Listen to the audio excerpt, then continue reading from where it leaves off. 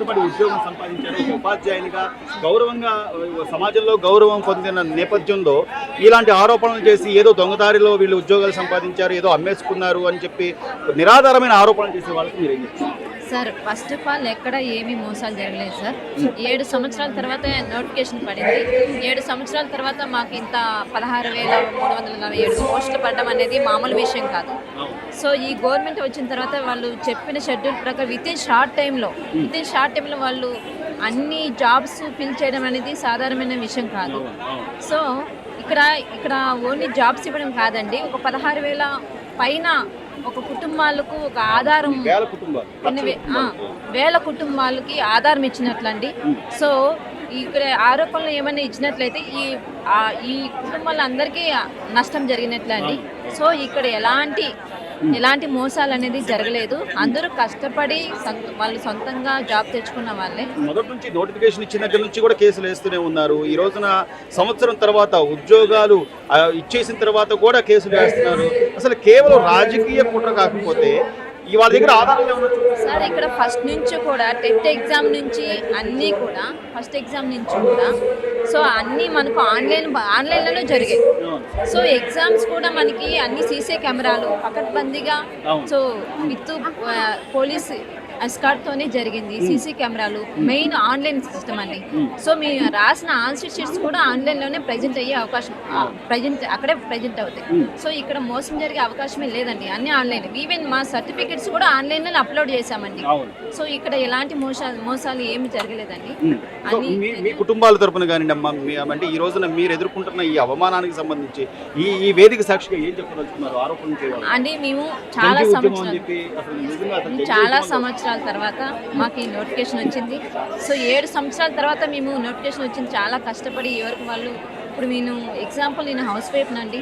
So house wife అయిన కూడా మేము చిన్నపిల్లలు 2 ఉన్నారు, వాళ్ళు మేనేజ్ చేస్తూ కూడా కష్టపడి మేము చదివి తెచ్చుకున్నాం తప్ప ఎలాంటి ఎక్కడ మోసం జరగలేదండి.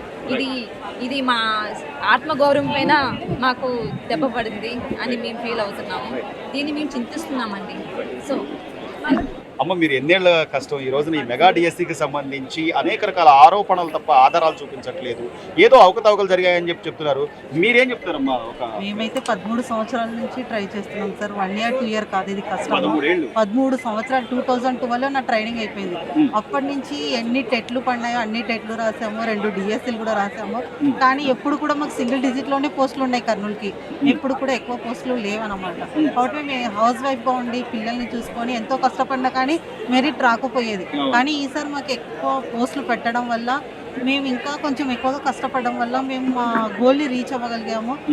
దీంట్లో మాత్రం ఎలాంటి అవకతవకలు జరగలేదు. ప్రతిదీ కూడా అంతా కూడా ట్రాన్స్పరెంట్గానే జరిగింది. అంటే మొదటి నుంచి కూడా నోటిఫికేషన్ ఇచ్చినప్పుడు ఎలాంటి ఆరోపణలు చేయలేదు, ఫైనల్ కీ ఇచ్చినప్పుడు ఎలాంటి ఆరోపణలు చేయలేదు. మీ అందరికీ రాష్ట్ర ముఖ్యమంత్రి గారి చేతుల మీదుగా మీ ఉద్యోగాలకు సంబంధించిన ఇవి ఇస్తున్నప్పుడు కూడా ఇక్కడ ఆరోపణలు. ఈ సంవత్సరం తర్వాత ఏదో ఎక్కడో జరిగిందని చెప్పి దాన్ని తీసుకొచ్చి ఇక్కడ పూచి అదేమంటే జంజీ ఉద్యమం అని చెప్పి ఎవరైనా కనపడుతున్నారా? మాకైతే అలాంటిది ఏం కనిపించట్లేదు. ఇంకా చెప్పాలంటే మా 2025 డిఎస్సి వాళ్ళు చాలా యాక్టివ్గా చేస్తున్నారు, వాళ్ళ వృత్తిని వాళ్ళు న్యాయం చేస్తున్నారని మాకు అనిపిస్తుంది సార్. మాకైతే అలాంటిది ఏమీ కనిపించట్లేదు, అంతా కూడా బాగానే జరిగిందని అనిపిస్తుంది మాకు. స్టార్టింగ్ నుంచి అన్నీ కూడా ప్రతిదీ కూడా ట్రాన్స్పరెంట్గానే జరిగింది. అన్నీ కూడా వదిలేరు, కీస్ అన్నీ వదిలేరు, ఏది కూడా దాపరికం అయితే ఏమీ చేయలేదు. కష్టాన్ని అపహాస్యం చేస్తున్నట్టుగా అనిపిస్తుంది సార్, అనిపిస్తుంది. ఏం చెప్తారు ఈ వేదిక సాక్షిగా వాళ్ళకి? మీరు ఏం చెప్తారు?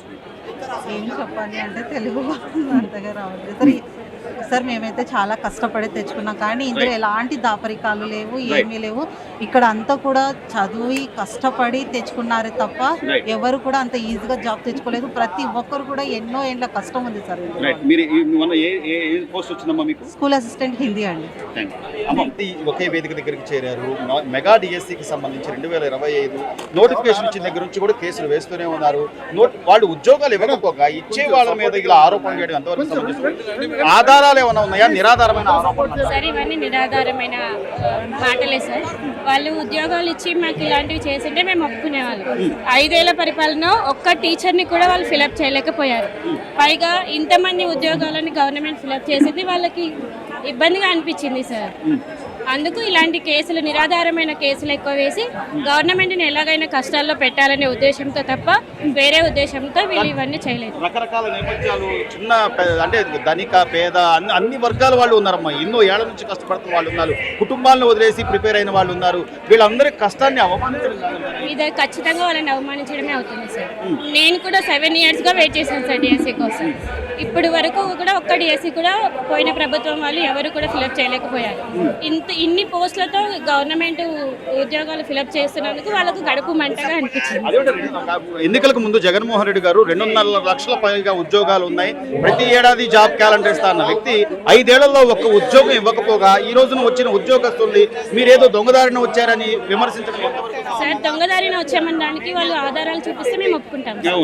ఆధారాలు ఏవీ లేకుండా మాట్లాడుకుంటున్నాం. ఈ హారిజంటల్ గానీ లేకపోతే వర్టికల్ గానీ అసలు వాళ్ళకి తెలిసే మాట్లాడుతున్నారా లేకపోతే ఏంటన్నా? హారిజాంటల్ విధానం అనేది వాళ్ళకు తెలియకపోవచ్చు సార్, అందుకే అలాంటి మాటలు మాట్లాడుతున్నారు. వీటి గురించి ఫస్ట్ వాళ్ళు తెలుసుకొని తర్వాత మాట్లాడితే బాగుంటుందని నా ఉద్దేశం. ఈ జంజీ ఉద్యమంలో పార్టిసిపేట్ చేసే వాళ్ళలో మీకు తెలిసిన వాళ్ళు, అంటే మొన్న మధ్య మీతో పాటు కలిసి రాసిన వాళ్ళు కానీ లేకపోతే నిజంగా రాలేదని బాధపడుతున్న వాళ్ళు ఎవరినైనా మీరు చూసారా? ఈ రిలే నిరాహార దీక్ష చేస్తారు కదా కొన్ని నియోజకవర్గాల వాళ్ళు, మీరు ఎవరినైనా గమనించారమ్మా? మీకు ఒక్కరు కూడా గవర్నమెంట్ తరపున నెగిటివ్ గా మాట్లాడిన వాళ్ళు ఎవరు లేరు సార్. అందరూ పాజిటివ్ గానే ఉన్నారు. ఇంతమందిలో ఒక్కరు కూడా నెగిటివ్ గా మాట్లాడట్లేదు. ఇంతకు ముందు ఉద్యోగాలు రాని వాళ్ళు కూడా ఎవరు కూడా మాట్లాడట్లేదు సార్. వాళ్ళకి ఛాన్స్ లేదు అనే ఉద్దేశంతో మళ్ళీ ప్రిపేర్ అవుదామనే ఉద్దేశంతో ఉన్నారు తప్ప గవర్నమెంట్ మీద బుద్ధి చల్లే ఉద్దేశం మాత్రమే వాళ్ళకి వాళ్ళకి కనిపిస్తుంది సార్. ఎస్జిటి సార్, కృష్ణగిరి మండలంలో వర్క్ చేస్తున్నాం. మెగా డిఎస్సి నోటిఫికేషన్ సంబంధించి అనేక ఆరోపణలు తప్ప ఆధారాలు చూపించట్లేదు. అదేంటి జంజీ ఉద్యమం అంటున్నారు. మీరు ఇన్నేళ్ల కష్టం, మీరు ఎప్పటి నుంచి ప్రిపేర్ అయ్యారు? ఈ రోజున మీకు ఈ మెగా డిఎస్సిలో ఎలాంటి మెరిట్ ర్యాంక్ వచ్చింది? ఏం చెప్తారు దీని మీద, ఈ ఆరోపణల మీద? అందరికీ నమస్కారం. నా పేరు ఫాతిమా. నేను ప్రస్తుతం మంత్రాలయం మండలం రాంపురం విలేజ్లో డిఎస్సిలో సెలెక్ట్ అయ్యి టీచర్గా పనిచేస్తున్నా. నేను ఎన్నో సంవత్సరాల నుండి కష్టపడి రాత్రి పగళ్ళు చూడకుండా కష్టపడి చదువుకొని మెరిట్లో ర్యాంక్ సాధిస్తే ఇప్పుడు మీరు ఫేక్ సర్టిఫికేట్ తీసుకుంటున్నారు, డబ్బులు ఇచ్చి కొనుక్కుంటున్నారు అని చెప్తున్నారు. అలాగే ఏమి లేదు. నేను నా ప్రతిభ, నా కష్టం, నా సమయాన్ని ఇచ్చి ఈ పోస్ట్ సాధించినాను.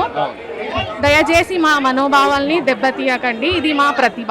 ఎంతో మంది కుటుంబాలను కూడా దూరం చేసుకొని లేకపోతే పిల్లలున్నా కూడా వాళ్ళని చూసి చూడక ఎంతో కష్టపడి ఈ రోజున ఉద్యోగాలు సంపాదించారు. ప్రభుత్వ ఉద్యోగం అంటే అంత ఆషామాషిగా వచ్చేది కాదు.